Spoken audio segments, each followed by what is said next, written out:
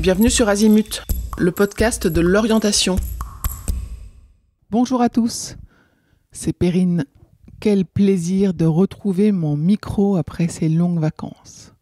Alors c'est parti pour un nouvel épisode de l'hebdo de l'orientation. On est aujourd'hui le 6 septembre 2023. Votre ado a fait sa rentrée, ça y est, on respire. Vous l'avez laissé recouvrir ses livres. Il a complété ses formulaires tout seul. Il a complété ses fournitures sans vous solliciter. Ou peut-être pas. Et dans ce cas, j'imagine que vous attendez déjà la prochaine rentrée qui sera certainement plus autonome. De mon côté, c'est une rentrée plutôt cool. Charlotte, notre aînée, entame sa 2e année en école de management à l'EMLV à La Défense. Comme elle est très contente, il n'y a pas de réorientation en vue. Son programme est un bac+5. Elle n'a donc pas à se préoccuper trop intensément du master auquel elle voudra postuler, car c'est inclus dans le cursus. Par contre, elle doit aller étudier à l'étranger l'année prochaine. Nous allons donc nous pencher sur ce point avec sérieux, étant donné le coût hyper important que cela implique. Timothée, notre second, passe en 3e. L'orientation va commencer à être un sujet à aborder.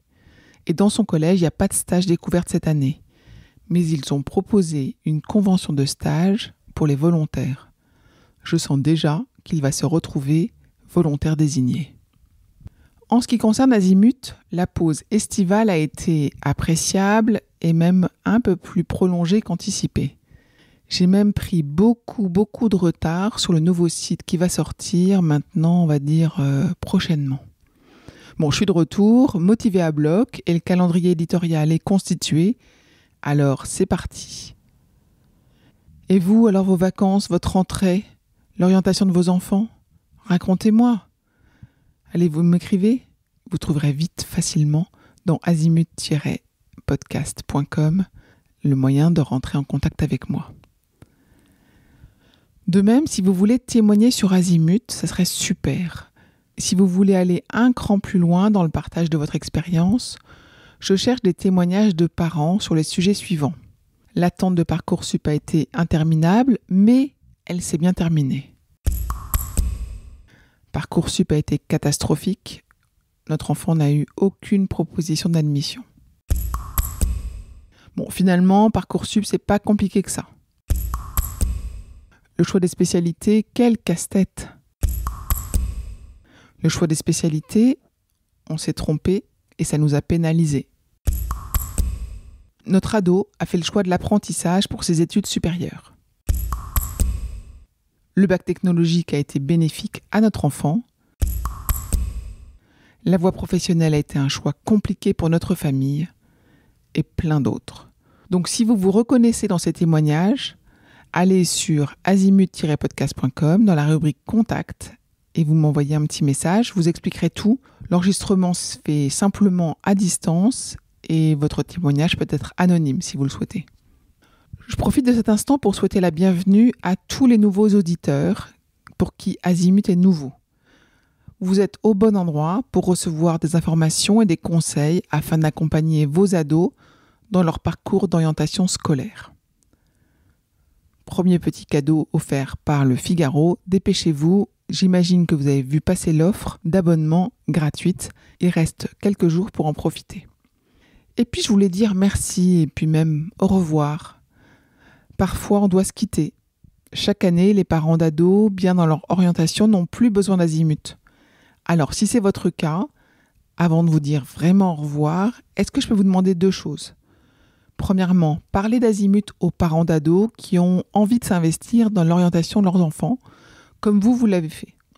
Et puis dites-moi en quoi Azimut a été bénéfique pour vous, soit par mail, soit par Apple Podcast ou Spotify.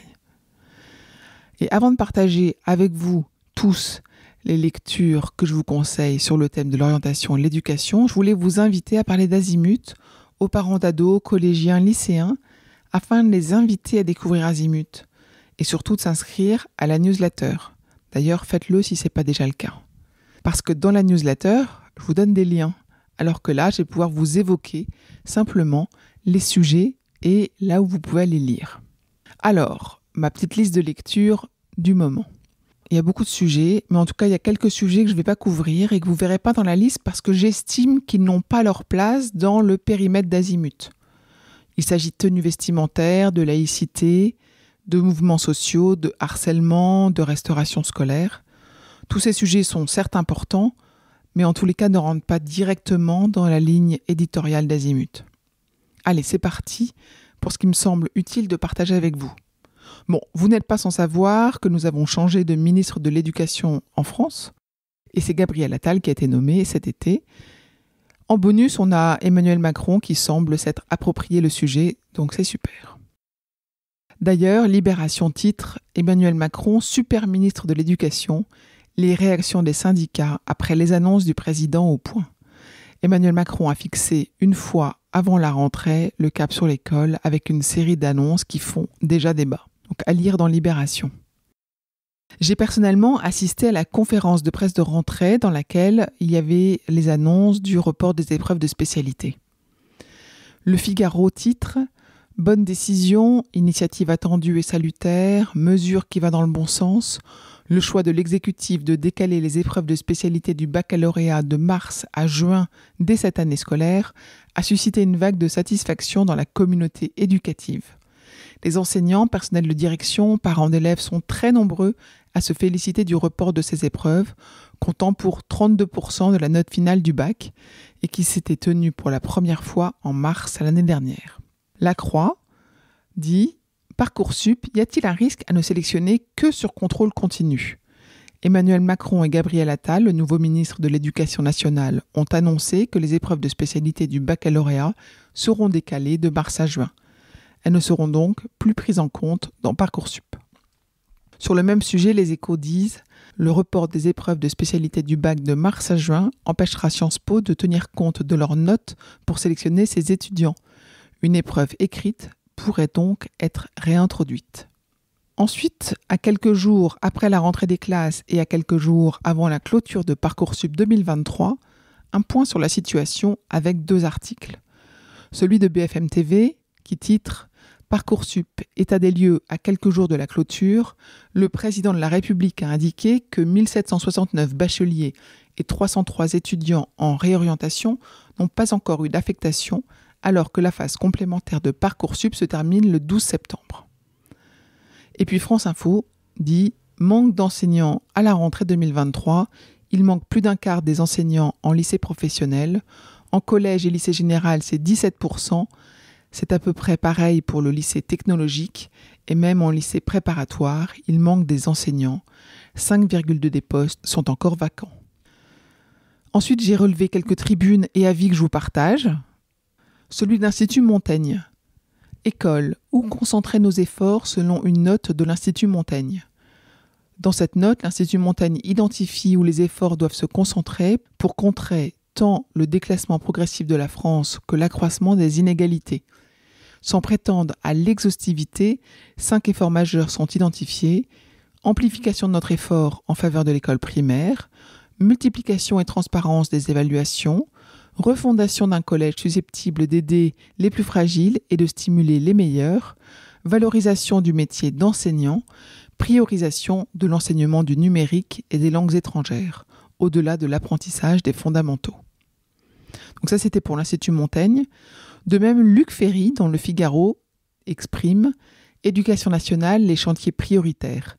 Si nos enfants ne sont pas des génies en maths, en physique ou en biologie, il va falloir les orienter vers des métiers qui ne seront pas impactés par l'intelligence artificielle. » Enfin, dans Le Monde, avec le titre « Éducation versus enseignement », une tribune de Guillaume Prévost, délégué général du think tank Vers le haut, estime que pour relever le défi éducatif, l'école a besoin plus d'éducateurs rompus aux méthodes de pédagogie active, capables d'organiser et d'animer des activités collectives dans un rôle complémentaire de celui des enseignants. Je suis le sujet de l'enseignement privé de près car il est scruté de près en ce moment. Alors, pas mal d'articles. Dans Le Monde, le titre est « Enseignement supérieur, une baisse du nombre inscrit, sauf dans le privé ». À la rentrée 2022, le nombre d'étudiants a amorcé une première baisse en raison d'une démographie moins favorable, mais si les effectifs diminuent dans les établissements publics, le privé continue de rester attractif. La Croix, un article intéressant qui dit « L'enseignement supérieur privé manque de transparence ».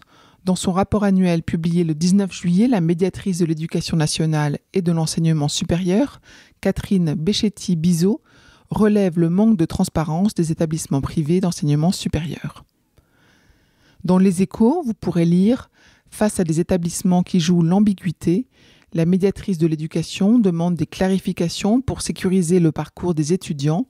Les réclamations ont explosé depuis 2017. » Deux autres articles, le premier dans Les Échos, « École de commerce, hausse spectaculaire des frais de scolarité. Depuis 2011, le coût d'un programme grande école en business school a été multiplié par 1,7 selon une enquête de Planète Grandes Écoles et Mister Prépa. Une hausse qui s'explique par des investissements toujours plus importants.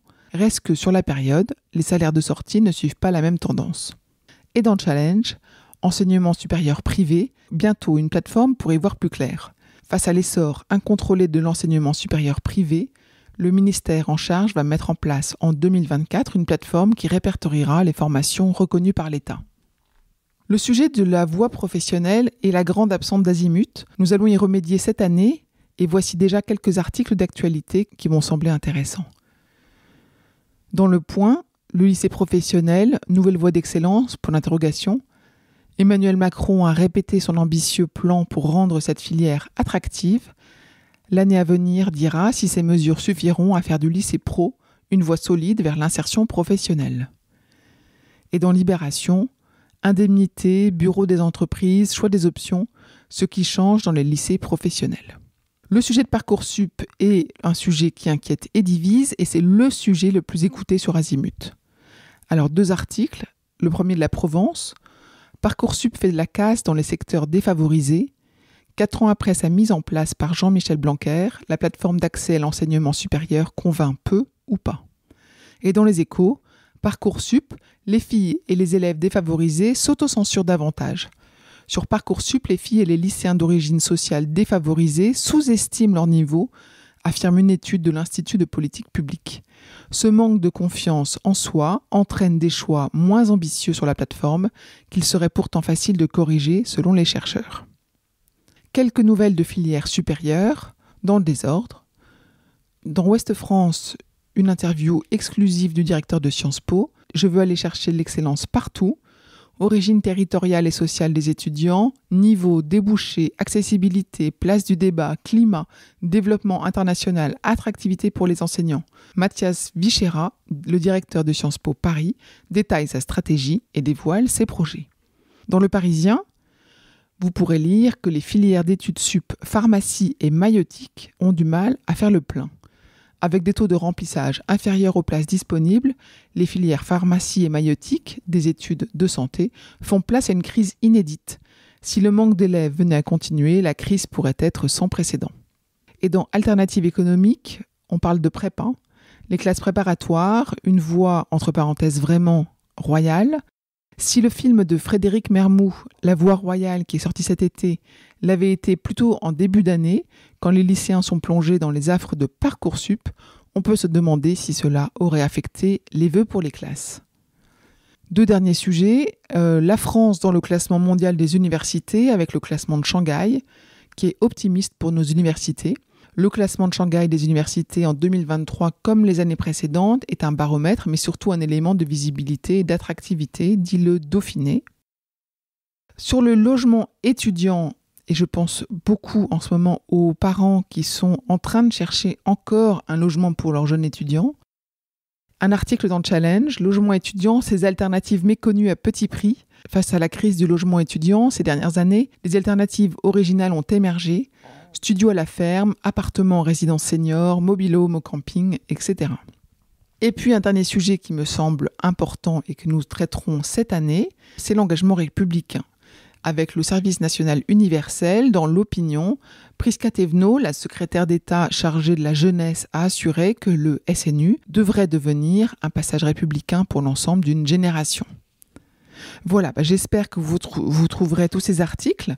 En tous les cas, c'est en vous abonnant à la newsletter L'Hebdo de l'orientation sur Azimut Podcast que vous allez pouvoir récupérer les liens pour les prochaines. En attendant, je vous souhaite à chacun une bonne fin de semaine et à bientôt.